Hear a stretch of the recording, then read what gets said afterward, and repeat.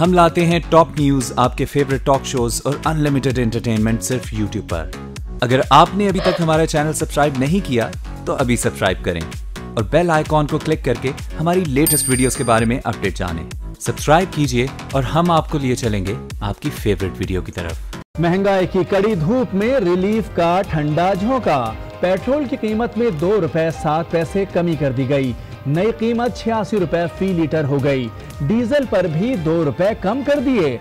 वजारत खजाना का ऐलान, मिट्टी के तेल और लाइट डीजल की कीमत बरकरार। एक प्रेस कॉन्फ्रेंस जरूर करे, एक और करे और हल्फिया बयान दे अवाम के सामने कि मैंने चेयरमैन बनने के लिए किसी सेनेटर को नहीं खरीदा। जिसमें 2 नंबर लोग आला ओहदों पर बैठे हों वो मुल्क तरक्की नहीं कर सकता। वज़ीर-ए-आज़म ने मुखालफिन को आड़े हाथों ले लिया। चेयरमैन सेनेट वोट खरीद कर आए। जिस ऐवान की बुनियाद करप्शन हो मुल्की मफाद में काम नहीं कर सकता। सियासत के फैसले पोलिंग स्टेशन में होते हैं, अदालतों में नहीं। डेरा गाजी खान में जारहाना खिताब।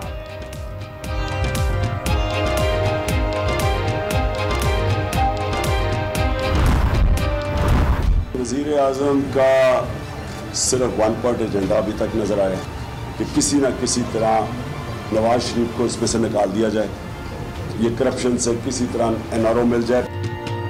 अब हारने पर नून लीग कह रही है सेनेट में पैसा चला। कप्तान का बाउंसर, कहा वज़ीर आज़म का एजेंडा नवाज शरीफ के लिए एनआरओ का हुसूल है। 29 अप्रैल को लाहौर में जलसे का ऐलान। रुकनियत साजी मुहिम पर लाहौर में तूफानी दौरे।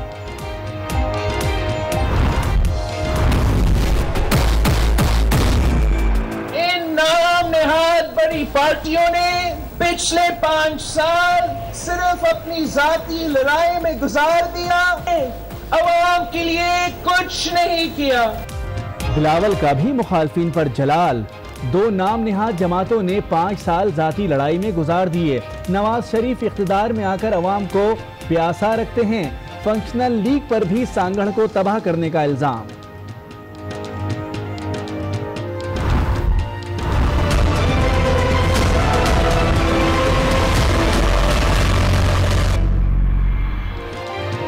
टेक ओवर करना चाहता हूं, ना मकबूलियत की ख्वाहिश है। अवामी सहूलत के लिए काम कर रहे हैं। चीफ जस्टिस का 2 टोक पैगाम। शहर से अपने खैर मकदमी पोस्टर्स हटाने का हुक्म। कराची के लिए 2 माह में कुछ करने का ऐलान।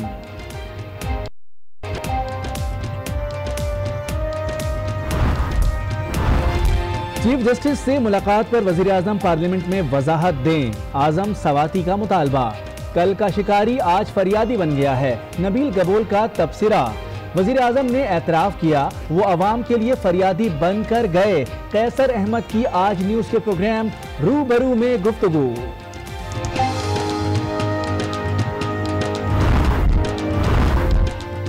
तहरीक इंसाफ में इज्जत नहीं मिली, वजीउ जमा का शिकवा। जिन्हें टिकट ना मिलने का खतरा होता है वो पार्टी छोड़ देते हैं। शफकत महमूद का रद्द अमल। साबिक जस्टिस वजीउद्दीन कहते हैं वजीर आजम ने हुकूमत और अदलिया में इख्तिलाफ का एतराफ कर लिया।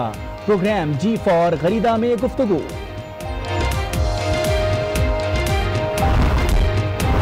नून लीग आज कप्तान के होम ग्राउंड में पावर शो करेगी। सवात के इलाके कबल में जलसे की तैयारियां, कुर्सियां लगा दी गईं। बैनर्स और झंडे आवेजा। नवाज शरीफ और मरियम नवाज खिताब करेंगे। लाला यूसुफजई 5 साल बाद आबाई इलाके सवात जा पहुंची। शानदार इस्तकबाल। घर और स्कूल भी गईं। कैडेट कॉलेज का दौरा। इल्म की शमा बुझाने की कोशिश ना करना। हर बेटी मलाला बनकर मुकाबला करेगी। वतन दुश्मनों को पैगाम। छोकरा भई समझो नी हाणे हिननि जे मथां बि एफआर थी वई आहे त दाड़े में हिन थुर में असांजे ज़ुल्म में हे आहिनि शामिल। हाणे इहे त ॾिसो इंसाफ़ ख़ुदा जो हुकूमत खे असां एसपी साहब खे चैलेंज आहे त असांजो इंसाफ़ करे। सिंध पुलिस की तेजी और तर्रारी। 2 बच्चों पर पुलिस मुकाबले का इल्जाम। क्लैशनकोफ से फायरिंग की, पर्चा काट दिया। अहले खाना की इंसाफ के लिए दुहाई। आज न्यूज की खबर पर एक्शन।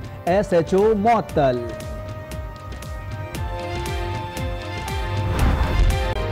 सिंध में मैट्रिक इम्तिहानात, इंतजामिया का कड़ा इम्तिहान, नकल रोकने में फेल हो गई।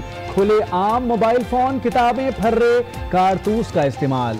घोटकी के बाबा छपाई भी तावीज बनाते नजर आए।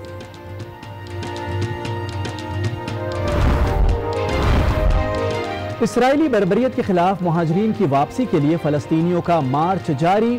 सेहूनी फौज की फायरिंग से शहीद 16 अफराद की तदफीन। रमल्ला में भी हंगामे फूट पड़े।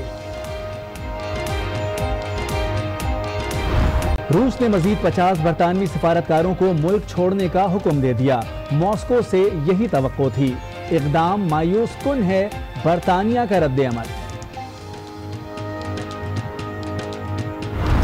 मोनिस रजा हेडलाइंस आपने मुलाहिजा की। बुलेटिन में सबसे पहले जिक्र करेंगे पाकिस्तान और वेस्ट इंडीज के माबैन T20 सीरीज का।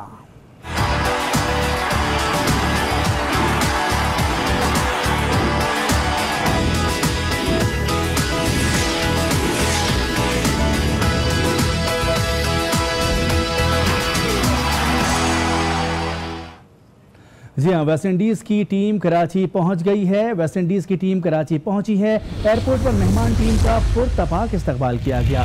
मेहमानों को रिवायती अजरक और सिंधी टोपी पेश की गई। बकिया खिलाड़ी और ऑफिशियल्स कुछ देर में कराची पहुंचेंगे। 3 मैचों की सीरीज का पहला मैच आज रात 8 बजे होगा। मेहमान टीम को सदर के बराबर सिक्योरिटी दी जा रही है। नेशनल स्टेडियम के अतराफ सड़कें सिक्योरिटी के पेश नज़र बंद रहेंगी। ट्रैफिक प्लान जारी कर दिया गया है।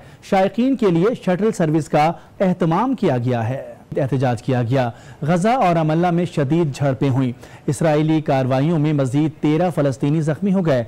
दूसरी जानिब इसराइल ने गजा के अंदर कार्रवाइयों की नई धमकी दे दी है और अक़वाम मुत्तहिदा ने भी फौरी तौर पर रद्द-ए-अमल दिया है। इसराइली सफ़ीर डैनी डैनन ने फलस्तीनियों के एहतजाज को दहशतगर्दी करार दे दिया है। कहा है कि अगर एहतजाज का सिलसिला जारी रहा तो गजा के अंदर कार्रवाइयाँ की जाएंगी।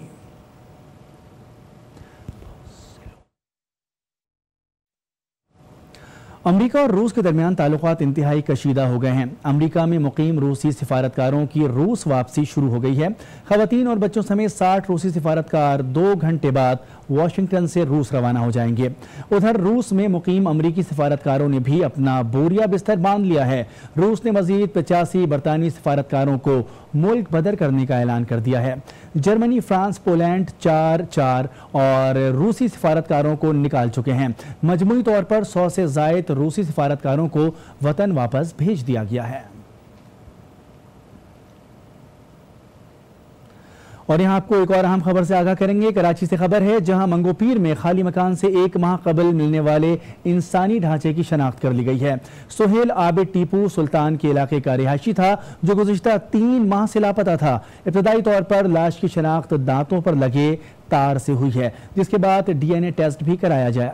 आबिद की लाश को खाली मकान में सुरंग खोद कर छुपाया गया था। लाश को सड़ने से बचने के लिए बड़ी मिकदार में केमिकल भी रखा गया था। इसी हवाले से आपको यहाँ हम खबर दे रहे हैं। इस बारे में मजीद जानते हैं आज न्यूज़ के नुमाइंदे फैजान जलीस से। फैजान, बताइएगा क्या अपडेट है इस सिलसिले में आपके पास? जी मुनिस, बिल्कुल 28 फरवरी को दोपहर के वक्त जो है AVCC ने कार्रवाई की थी। मंगोपीर में खाली मकान में सुरंग बनाई हुआ था। तमाम इसके बाद तफ्तीश शुरू की गई। AVCC ने तफ्तीश करी जिसमें अहम इंकशाफात सामने आए। तमाम जो ढांचा मिला था उसकी इब्तिदाई तौर पर जो शनाख्त हुई, ढांचे के जो दांत थे उस पर तार लगा हुआ था। पुलिस ने खुफिया इत्तला पर जो वो जब तफ्तीश करी, बात सामने आई कि सुहेल आबिद नामी शख्स था जिसको नामालूम अफराद ने अगवा करने के बाद मंगोपीर में उस खाली मकान में रखा था और मकान के अंदर बाकायदा तौर पर सुरंग बनाई गई थी। मकान का जो बैतुल खला था उसके नीचे गड्ढा खोदा गया था और बाकायदा तौर पर उस गड्ढे के अंदर भी एक दरवाजा कायम करने के बाद सुरंग बनाई गई थी जहां पर चूना रखा गया था। और जो सुहेल आबिद नामी शख्स था जिसका DNA भी जो है वो आज मुकम्मल कर लिया गया है। ताहम AVCC हुक्काम का ये कहना है कि इस वाक़े में मुनज़्ज़म कोई कालन तंजीम का कोई गिरोह है जिसने सुहेल आबिद नामी शख्स को अगवा किया। शोबा है दीगर अफराद को भी जो है वो अगवा करके वहां पर रखा गया हो, वहां पर कत्ल करने के बाद लाशों को दफना दिया गया हो। लेकिन वहां से जब AVCC ने कार्रवाई की थी ठीक 1 माह कबल, तो वहां से सिर्फ इंसानी ढांचा बरामद हुआ था। तमाम मंगोपीर का ये वो इलाका है जो कि बिल्कुल बलूचिस्तान की जानिब जाने वाला रास्ता है। शुबा यही जाहिर किया गया है AVCC की जानिब से कि इसमें जो मुलव्विस गिरोह है, किसी ने जो है वो सुहेल आबिद को अगवा किया। उसके बाद सुहेल आबिद जो है वो शुगर का भी मरीज था, जिसके बाद सुहेल आबिद की मौत वाक़ई हुई और लाश को वहां पर चूना लगाने के बाद रखा गया था। पुलिस ने खुफिया इत्तला पर कार्रवाई की थी। तहम जिस शख्स के नाम पर वो मकान था उससे भी पूछताछ की गई। मतीउल्लाह नाम है जिस शख्स के नाम पर मकान था, लेकिन वो जो गिरोह है जिसने सुहेल आबिद नामी शख्स को अगवा करने के बाद लाश को वहां पर सुरंग के अंदर दबा के रखा, उस गिरोह का अभी तक कोई मुलजिम जो है वो गिरफ्तार नहीं हुआ है। पुलिस कार्रवाई कर रही है।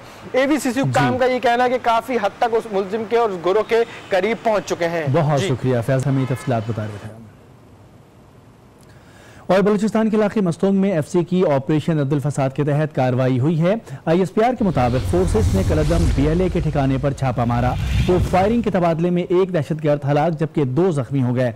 दहशतगर्दों की फायरिंग से एक एहलकार ने भी जाम शहादत नोश किया। ऑपरेशन के दौरान असलहे का बड़ा जखीरा बरामद कर लिया गया।